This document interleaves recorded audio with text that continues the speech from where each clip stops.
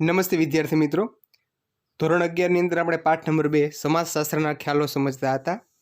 આ પાઠની અંદર છેલ્લા લેક્ચરની અંદર આપણે સામાજિક ધોરણોનો અર્થ સમજ્યા હતા. બરાબર. હજી આપણે સામાજિક આ ટોપિક જે છે આની પછી લક્ષણો જ આવે છે સામાજિક ધોરણોના. એટલા માટે પહેલાં ફરી વખત આપણે અર્થ જે છે ટૂંકમાં સમજી લઈએ. શું કહે છે અહીંયા? સામાજિક ધોરણો એટલે સમાજ જીવનની જુદી જુદી પરિસ્થિતિઓમાં વ્યક્તિઓ દ્વારા કરવામાં આવતા વર્તનની યોગ્યતા અને અયોગ્યતા નક્કી કરતા સામાજિક નિયમો. બરાબર. શું કહે છે અહીંયા કે ભાઈ સામાજિક ધોરણો એટલે સમાજ જીવનની જુદી જુદી પરિસ્થિતિઓમાં વ્યક્તિઓ દ્વારા કરવામાં આવતા વર્તનની યોગ્યતા કે અયોગ્યતા. કે ભાઈ આ વર્તન જે છે ચોરી કરવી તો ભાઈ અયોગ્ય વર્તન કહેવાય, સત્ય બોલવું તો યોગ્ય વર્તન કહેવાય.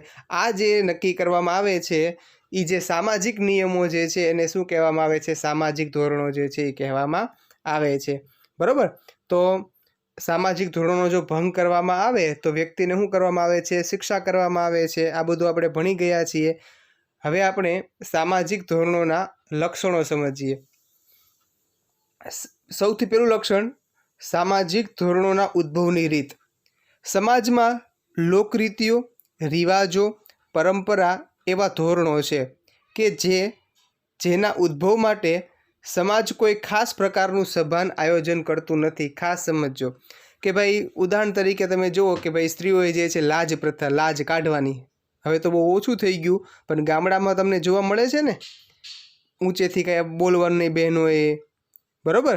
તો આવા જે ઘણા બધા પ્રકારની જે રિવાજો હતા, પરંપરાઓ હતી, લોકરીતિઓ હતી, તો આના ઉદ્ભવ પાછળ કોઈ ખાસ પ્રકારનું કોઈ આયોજન નથી હોતું. સ્વાભાવિક રીતે જે છે એ ધીમે ધીમે વર્તન વ્યવહારની રીતમાંથી જે છે આવા સામાજિક ધોરણો છે ઉદ્ભવે છે. સમજાય છે કે ભાઈ હાલો ભાઈ ઘરની બહાર છે નીકળવું, દૂધ ઢોળાઈ જાય, બરાબર, તો ઘરની બહાર નહીં નીકળવાનું, જવું ન જોઈએ અને અપશુકન થશે, અને આ બધા શું કહેવાય? કુરિવાજો કહેવાય. તો આવા કુરિવાજો જે છે એની માટે કાંઈ આવું કાંઈ ચોક્કસ પ્રકારનું કાંઈ આયોજન હોતું નથી. આ મેં કુરિવાજની વાત કરી. હવે એવી રીતના રિવાજની કે તમે જો કેમ સાતમ આઠમમાં આપણે અત્યારે તહેવાર ચાલે છે તો ટાઢું જ ખાવાનું, તો આ રિવાજ જે છે તો એ શું કામ આવા ઘરમાં જે છે એવા ગરમ કરવા નથી દેતા? આવા સામાજિક ધોરણ કેમ પડ્યા? તો આના માટે જે છે આવું સામાજિક ધોરણ જે બનાવવામાં આવ્યું તેની માટે કોઈ ખાસ આયોજન હોતું નથી. સ્વાભાવિક ક્રમમાં ચાલતા વર્તન વ્યવહારમાંથી આ ધોરણો ઉદ્ભવે છે. બરાબર. સ્વાભાવિક ક્રમમાં જે આપણું રોજનું જીવન હોય એમાંથી અલગ અલગ પ્રકારના સામાજિક ધોરણો છે ઉદ્ભવે છે. જ્યારે કોઈ વિશાળ વહીવટી એક મોટી કંપની હોય, બેંક હોય, શૈક્ષણિક સંસ્થાના નિયમો કે રાજ્યના કાયદા એવા ધોરણો છે કે જેમનો ઉદ્ભવ વૈચારિક આયોજન દ્વારા થતો હોય છે. તમે જુઓ કે ભાઈ બેંક હોય તો બેંકમાં તમે જો નિયમ હશે ને કે ભાઈ મેનેજર હશે, એની કેબિન જુદી હશે, એના કયા કયા કામ કરવાના, બરાબર, સેવિંગ એકાઉન્ટ જે છે કોણ સંભાળતું હશે, આવા અલગ અલગ તમે જો બધાને ખાતા સોંપેલા હોય, બધા કર્મચારી હશે તો કર્મચારીને જે છે એ નિયમિત ટાઈમે આવવાનું, કે ભાઈ 10 વાગ્યાનો ટાઈમ ને 4 વાગે જે છે એ જવાનું. બરાબર. તો આવો જે છે શું હોય છે? નિયમિત ટાઈમ હોય છે ને. તો આ બધું કયા સ્વરૂપમાં હોય છે? એનો ઉદ્ભવ વૈચારિક આયોજન દ્વારા થતો હોય છે. સામાજિક ધોરણો ટૂંકમાં એના જે નિશ્ચિત ધોરણો હોય છે તેની અંદર. પછી શૈક્ષણિક સંસ્થાના નિયમો, બરાબર, કે જે રાજ્યના કાયદા એવા ધોરણો છે કે જેમનો ઉદ્ભવ વૈચારિક આયોજન દ્વારા થતો હોય છે. એટલે ચોક્કસ પ્રકારની વિચારણા કરીને જે છે આવા નિયમો જે છે બનાવવામાં આવેલા હોય છે. શૈક્ષણિક સંસ્થામાં તમે જોવા જાઓ તો ત્યાં આગળ પણ નિયમ હોય ને, બહેનો હોય તો એનો ડ્રેસ પહેરીને આવવાનો, ભાઈઓએ પોતાનો ડ્રેસ જે છે એ રીતે પહેરીને આવવાનો, અને જો પહેરી ન હોય તો યોગ્ય પ્રમાણે શું કરવામાં આવે છે? દંડ લેવામાં આવે છે, પેનલ્ટી લેવામાં આવે છે ને. બરાબર. તો શૈક્ષણિક સંસ્થાના પણ નિયમ હોય છે, શિક્ષકોના નિયમો હોય છે. હવે એવી જ રીતે અહીંયા જો શું કહે છે કે જેમ કે દેશમાં જુદા જુદા કાયદાનું ઘડતર દેશના બંધારણને ધ્યાનમાં રાખી જે તે રાજ્યની વિધાનસભા, લોકસભા જેવી સરકારી ધારાકીય સંસ્થા દ્વારા વિચારપૂર્વક અને આયોજનપૂર્વક કરવામાં આવે છે. બરાબર. કે સરકાર આપણા દેશના તમે જો કોઈ પણ કાયદો બનાવવામાં આવે છે કે કોના આધારે બનાવવામાં આવે છે? આપણા બંધારણને ધ્યાનમાં રાખીને કાયદા બનાવવામાં આવે છે.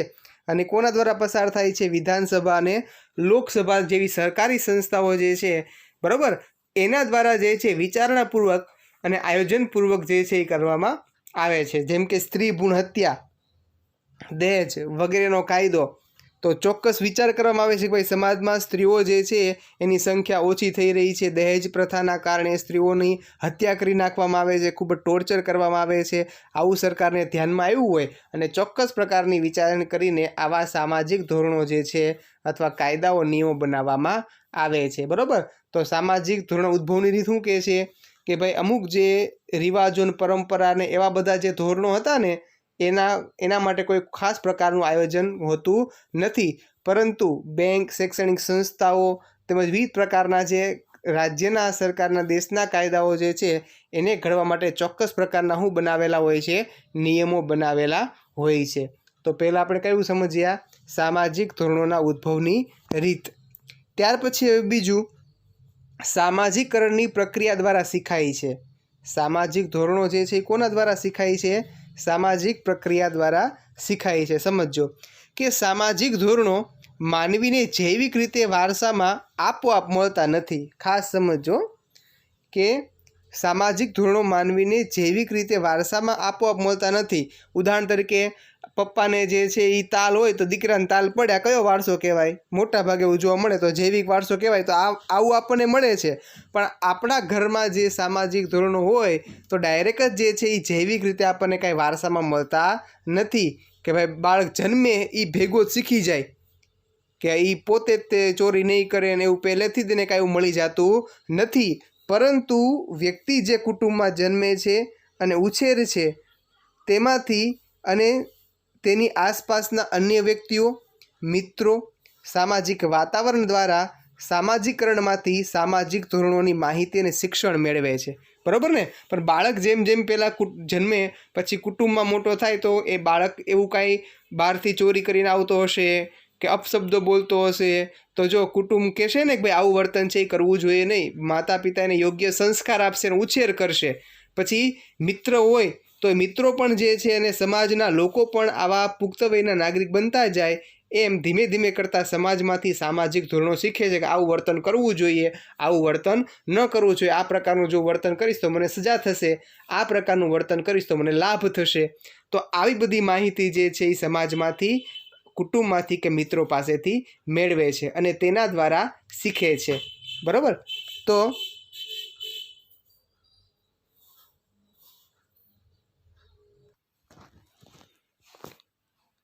આપણે આગળ જોઈએ હવે.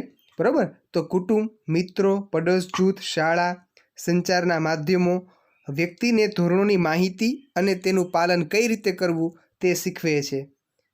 કોણ કોણ કે જો કુટુંબ દ્વારા, મિત્રો, પડોશ જૂથ, શાળા અને સંચારના, ટેલિવિઝનમાં તમે જુઓ ઘણી બધી સિરિયલો આવતી હોય છે કે જે વ્યક્તિને શિક્ષણ આપે છે ઇનડાયરેક્ટ રીતે. તમે જુઓ જેમ કે તારક મહેતા કા ઉલ્ટા ચશ્મા, એવા ઘણા બધા પ્રસંગો આવતા હોય છે કે જેની દ્વારા વિદ્યાર્થીઓને કે સમાજના લોકોને, બાળકોને વિવિધ પ્રકારના ધોરણો વિશે માહિતી આપતા હોય છે. કેવું વર્તન કરવું જોઈએ, કેવું વર્તન ન કરવું જોઈએ, બરાબર, કેવું ધોરણભંગ વર્તન કહેવાય. તો વ્યક્તિને ધોરણોની માહિતી અને તેનું પાલન કઈ રીતે કરવું તે શીખવે છે. બાળપણના રમત જૂથો દ્વારા રમત દરમિયાન રમતોના નિયમોના પાલન દ્વારા ધોરણો આત્મસાત થાય છે. તમે વિચાર કરો, બાળકો રમતા હોય તમે જો રમતનો નિયમ તોડે તો તરત જ તે બધા શું કરી નાખતા હોય છે, રમતમાંથી કાઢી નાખતા હોય છે. ત્યારથી તે બાળક જે છે એ નિયમ જે છે એ શીખતા હોય છે કે ભાઈ આવું પ્રકારનું જો વર્તન કરીશ તો સમાજમાં મારું યોગ્ય વર્તન કહેવાશે નહીં. અને આ રીતે જે છે એ સામાજિક ધોરણો છે એ શીખે છે. હજી એક વખત એક શબ્દ યાદ રાખો ને તો તમને બધું યાદ રહી જાય. સામાજિક ધોરણો એટલે શું? એક લીટીમાં યાદ રાખવાનું કે વ્યક્તિનું યોગ્ય અને અયોગ્ય વર્તન નક્કી કરતા જે સમાજના નિયમો છે એને શું કહેવાય? સામાજિક ધોરણ કહેવાય. તો પહેલું આપણે કયું સમજાતા? સામાજિક ધોરણ ઉદ્ભવ કઈ રીતે થાય છે, સામાજિક ધોરણો કઈ રીતે શીખી શકાય? તો સામાજિકરણની પ્રક્રિયા દ્વારા શીખી શકાય છે. એટલે કોણ શીખવે આપણને સામાજિક ધોરણો? તો કુટુંબ, મિત્રો, પડોશ જૂથ, શાળા, સંચારના માધ્યમો, ટેલિવિઝન, એ બધા કયા માધ્યમો કહેવાય? સંચારના માધ્યમો કહેવાય. ત્યાર પછી ત્રીજું આપણે સાંસ્કૃતિક મૂલ્યો સાથે સંબંધ.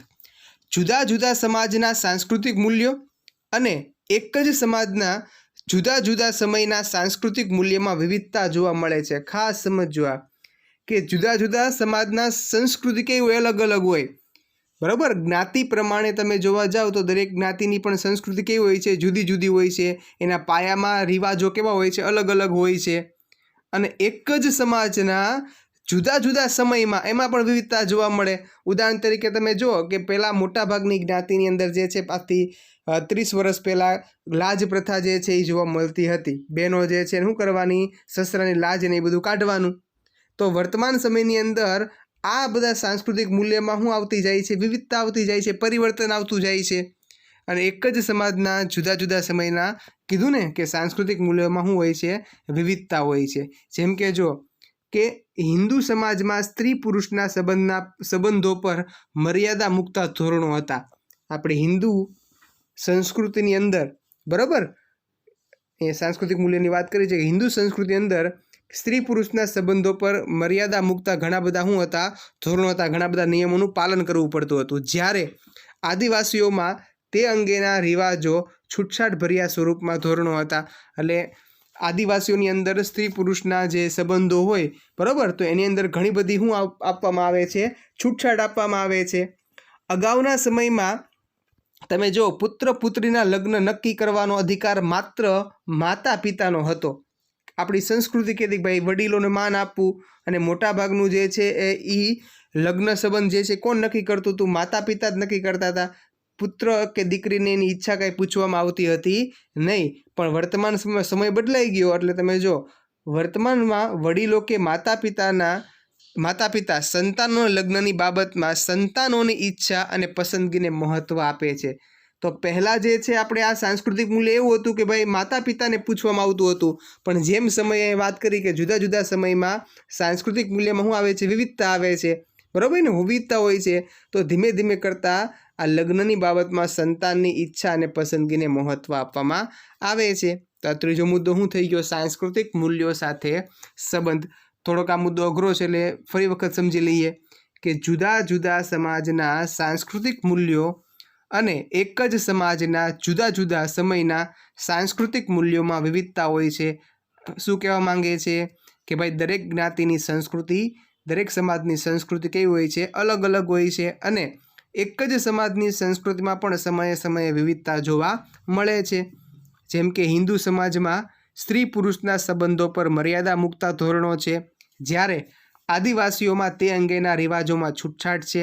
અગાઉના સમયમાં પુત્ર પુત્રીના લગ્ન નક્કી કરવાનો અધિકાર માત્ર કોનો હતો, માતા પિતાનો હતો. તો વર્તમાન સમયમાં એમાં પરિવર્તન આવ્યું છે. બરાબર, સંતાનની ઈચ્છા અને પસંદગીને મહત્ત્વ આપવામાં આવે છે. તો આવી રીતે પણ સામાજિક ધોરણો જે છે ઉદ્ભવતા હોય છે, કેની મદદથી સાંસ્કૃતિક મૂલ્યો સાથે સંબંધ ધરાવતા હોય છે. ત્યાર પછી સાર્વત્રિકતા અને વૈવિધ્ય. માનવી વચ્ચેના સામાજિક સંબંધોને શક્ય બનાવવા દરેક સમયના સમાજમાં સામાજિક ધોરણો સાર્વત્રિકપણે જોવા મળે છે. બરાબર, માનવી વચ્ચેના સામાજિક સંબંધો શક્ય બનાવવા દરેક સમયના સમાજમાં આજથી 50 વર્ષ પહેલાં સામાન્ય કાયદાઓ હતા, અત્યારે પણ કાયદાઓ છે. પહેલાં પણ સામાજિક ધોરણો હતા, અત્યારે પણ સામાજિક ધોરણો છે જ તે.